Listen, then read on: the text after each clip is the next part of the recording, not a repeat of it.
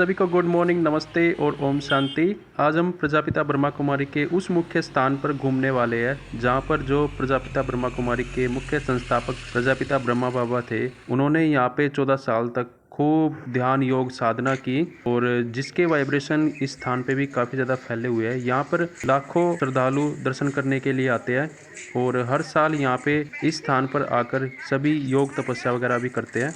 तो आइए आज मैं आपको इस खूबसूरत परिसर का विजिट कराने वाला हूँ।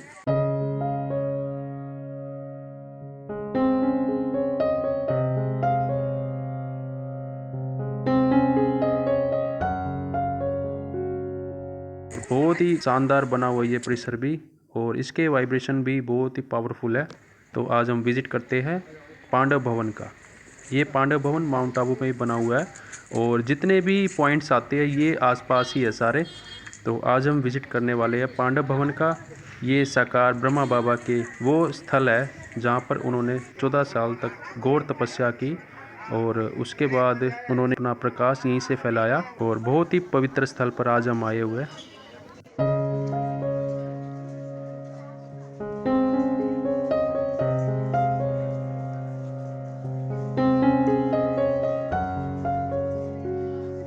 और यही वो कमरा है जहाँ पर प्रजापिता ब्रह्मा बाबा ने काफ़ी लंबा समय तक देह से न्यारा होने का अभ्यास किया था। तो आप भी दर्शन करें ऐसे पवित्र कमरे का।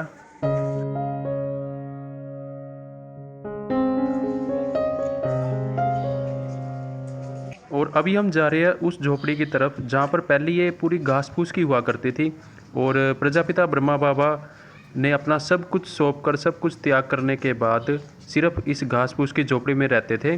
और जो बच्चे थे जो ज्ञान में निकले थे उनके लिए उन्होंने कमरे वगैरह बनाए थे और खुद घास फूस की झोपड़ी में रहते थे। तो ऐसे महान पुरुष की यहाँ पे ये काफ़ी सुंदर झोपड़ी बना दी है और ये अभी बांस की झोपड़ी बना दी है और पहले ये सारी घास फूस की हुआ करती थी और इसके तरफ देखो कितनी सारी हरियाली हो रखी है। ये सारे पेड़ पौधे भी ब्रह्मा बाबा ने अपने हाथ से ही लगा रखे हैं और यहाँ पर ऊपरी अंगूर की बेल भी चढ़ा रखी थी। काफ़ी सुंदर झोपड़ी बना दी है देखो।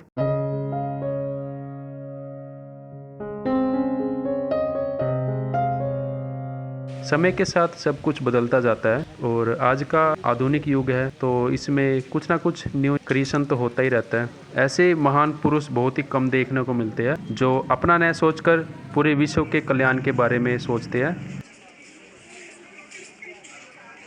अभी हम प्रजापिता ब्रह्मा बाबा की समाधि की तरफ जा रहे हैं जिसे एक पिलर के रूप में डिज़ाइन किया गया है और उस पिलर का नाम दिया है शांति स्तंभ, जिसके चारों तरफ बहुत ही पावरफुल वाइब्रेशन होते हैं। अगर आप में से अगर कोई यहाँ पे आए 2 मिनट भी यहाँ बैठ जाए तो आप अपने आप को भी बिल्कुल देह से न्यारा अनुभव करने लगोगे और बहुत ही पावरफुल वाइब्रेशन है। और यहाँ पे है ना कई ऐसे भी आते हैं, मैंने देखा है वो 2-2 3-3 घंटे बैठकर यहाँ पे काफ़ी योगा अभ्यास करते हैं और जिसकी वजह से यहाँ का जो वायुमंडल है वो भी बहुत ही पावरफुल शक्तिशाली रहता है।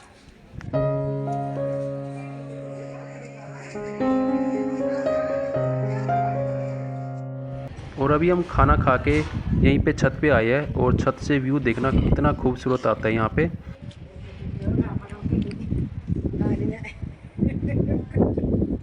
और जिस स्थान पर हम रुके थे इस स्थान को मधुबन के नाम से जाना जाता है और ब्रह्मा कुमारी के ये आसपास ही सभी पॉइंट होते हैं। और सामने आप पहाड़ों पे देख रहे होगे कैसे घर बने हुए हैं। ये सभी यहाँ पे माउंट आबू के लोग रहते हैं पहाड़ों पर और ये भी बहुत भाग्यशाली है जिनके आसपास इतना पवित्र और पावन स्थान बना हुआ है।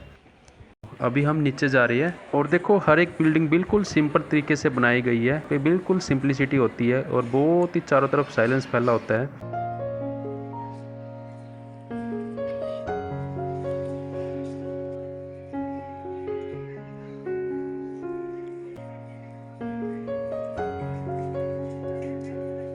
और अभी हम जा रहे हैं हिस्ट्री हॉल में जिसमें ब्रह्मा कुमारी से रिलेटेड सारा इतिहास हमें देखने को मिलेगा और जो भी वरिष्ठ रहे हैं जिन्होंने अपनी तपस्या से इस सुंदर स्थान को सजाया है और संवारा है उनके बारे में भी हमें यहाँ जानकारी देखने को मिलेगी। और ब्रह्मा बाबा ने कैसे अपना सफ़र पूरा किया है वो भी आपको देखने को मिलेगा।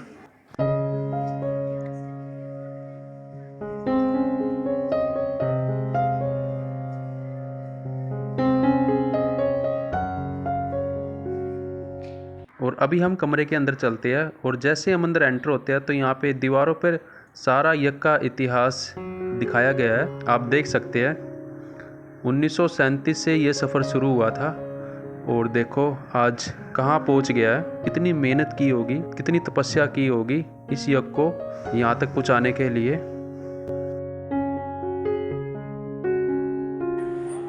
हर साल भारत ही नहीं बल्कि पूरे विश्व के हर कोने से इस यज्ञ के इतिहास के बारे में जानकारी लेने के लिए यहाँ मधुबन घूमने के लिए आते हैं और कुछ दिन यहाँ भी ठहरते हैं, क्योंकि एक दिन में यज्ञ के इतिहास के बारे में जानकारी नहीं मिलती।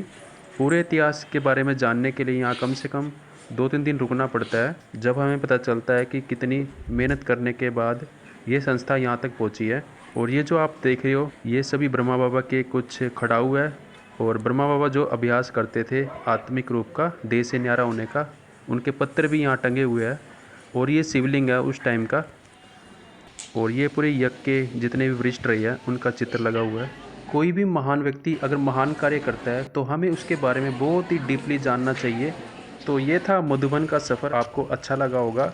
और इसी के साथ में एक पॉइंट और है, यूनिवर्सल पीस हॉल है, इसका भी हम आपको विजिट कराएंगे। तब तक के लिए हंसते रहे, मुस्कराते रहे।